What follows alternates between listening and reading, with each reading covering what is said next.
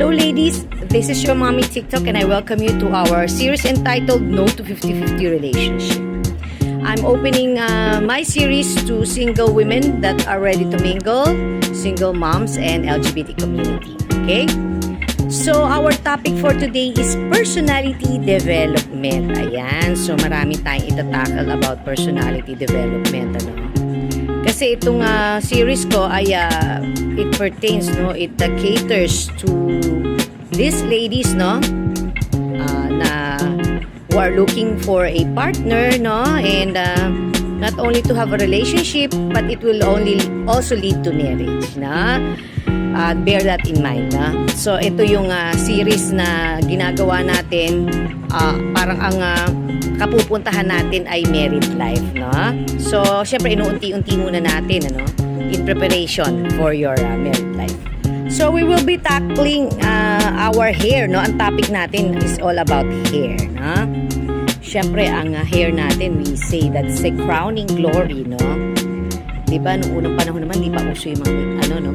Makeup basta yung hair, no? Diba, napakaganda ng hair, ng kumbaga sa isang babae, no, kung ang hair niya ay long, no, soft, hindi tangled, no, and so we will tackling, no, kung ano ba talaga ang dapat na hair natin, ano. So sad to say ladies, kasi alam mo ang mga guys, no, double standard yan, you know, may mga not all yung tingin nila sa mga babaeng magiging asawa nila ay iba rin ang tingin nila sa babaeng magiging side chick lang nila, no? Ano bang kaugnayan no? Kasi sa hair pa lang, no, actually nako-consider na ng lalaki pag nakita yung hair nyo kung ito ay pang wife material or side chick material. So since we are looking forward to have a married life and to be a wife, no, hindi tayo for side chick, no. So we will discuss about the characteristics of hair that we should have, no. So ganun talaga no, talagang double standard no pagdating diyan no.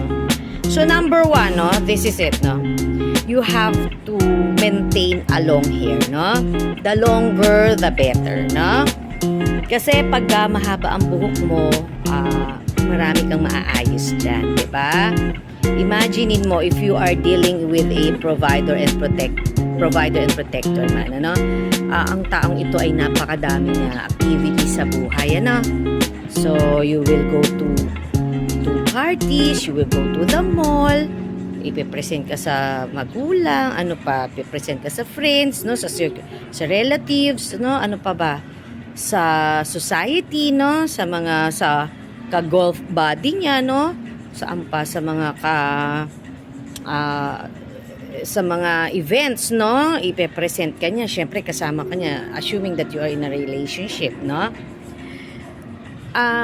Mas maganda talaga mahaba ang hair mo, no. So from there on, marami kang maaayos sa hair mo, no. Every presentation sa'yo, iba-iba ang ayos ng hair mo, no. Nagkakaroon ka ng variety. Remember ladies, no, ang itong mga tao na to ay ang buhay nila ay fast-paced, no. So they have, kumbaga nakita na nila lahat ng klase ng babae, no. It's there, no. So we will maintain the variety, no. So with that hair, no, marami tayong pwedeng ayusin diyan, no. Okay?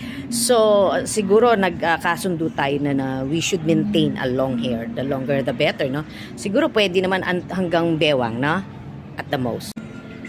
So now let's go to the color of the hair, no. We should maintain, ano, paano ko ba to sasabihin, no? Baka sabihin nyo kasi si Mami TikTok naman masyadong strict, no? Masyadong old-fashioned, ano? Pero that's the way it is, ladies, no?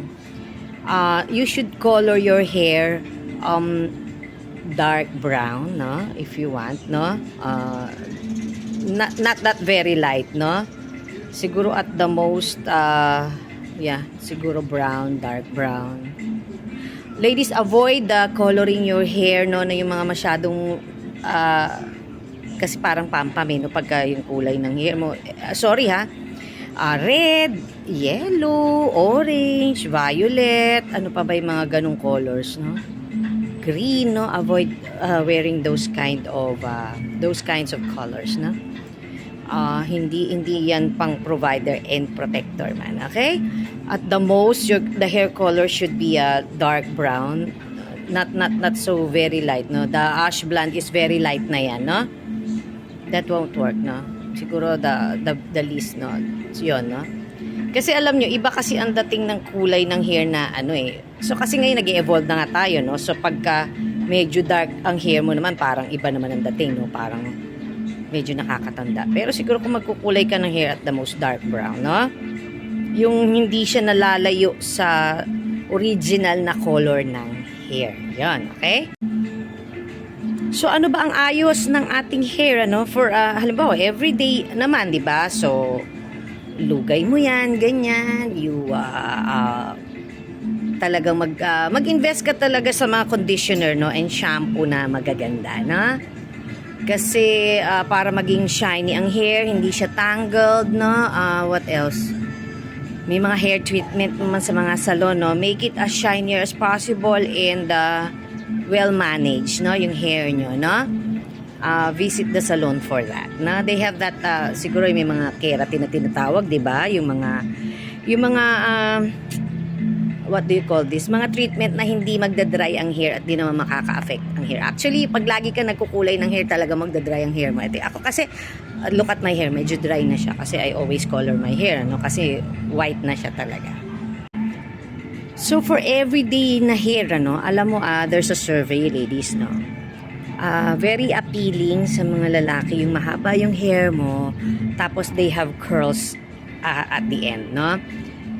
Pwede ring large curls or soft curls, no? But maintain the curls only on this level, no? Parang ganyan lang siya, no? Don't over curl your hair, no? Hindi yan buong curly hair, no? Hindi yan. That's a no-no, no? Only maintain the curls down here, the soft curls, no? May mga gano'n naman na bibiling pang mga curls na medyo malalaki, no?